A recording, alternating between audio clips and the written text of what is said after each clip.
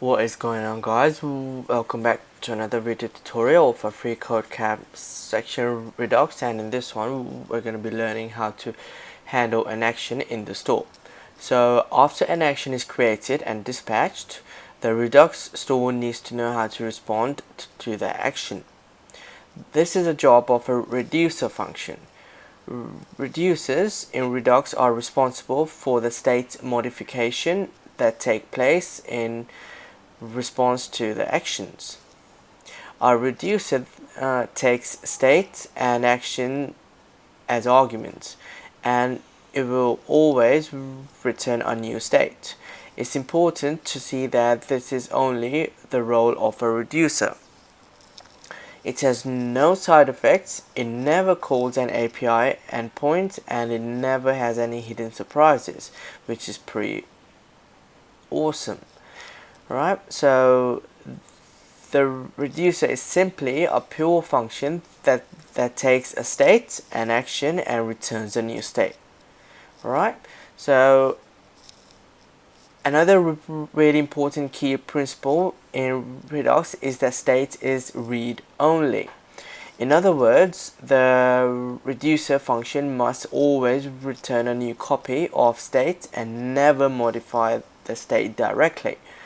Redux does not enforce state immutability. However, you're responsible for enforcing it in the code of your reducer function. You'll practice this in the later challenges, alright? So to have a bit of an hands-on experience in this concept, we're going to be doing a code exercise. So it says that the code editor has previous example as well as the start of the reducer function for you. So if you're curious what we did in the previous challenge, I really suggest you to go and look for, see the previous video that I uploaded, which was yesterday at the time of 15th December. Alright, at the date of 15th December. Alright, so moving on, fill in the body of the reducer functions so that if it receives an action of the type login, it returns a state object with login set to true. Alright, so first of all we're gonna do this. So we're gonna fill in the body the reducer function. Alright, so where's our reducer function is here. So we're gonna fill the body of it. So I'm gonna say that the requirement is that if it receives an action of type login, so I'm gonna use an if statement there. So action dot type and triple equals, and the type is login. Then what do we want to do? We want to return a state object with login set to true. So simply return, and this is going to be an object which is login set to true.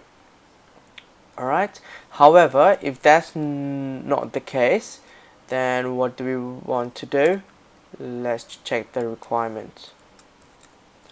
Alright, otherwise it returns the current state. So I'm gonna just return the default state, which is over here. Alright, as an object. Default state. Perfect. Right, and then it says note that the current state and the dispatched action are passed to the reducer, which is here.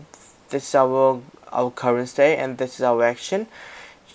You can access the actions type directly with action.type. See, that's what I've done here because I needed the action type, which is login over here. So I just using action.type. Alright, let's see if we pass the challenge, and hopefully we do. Yes, we knew you could do it. Perfect. Alright guys, this is it for this tutorial. I really hope you understand how to handle an action in the store. If you have any questions, feel free to comment below and I'll make sure I'll get back to you as soon as I can.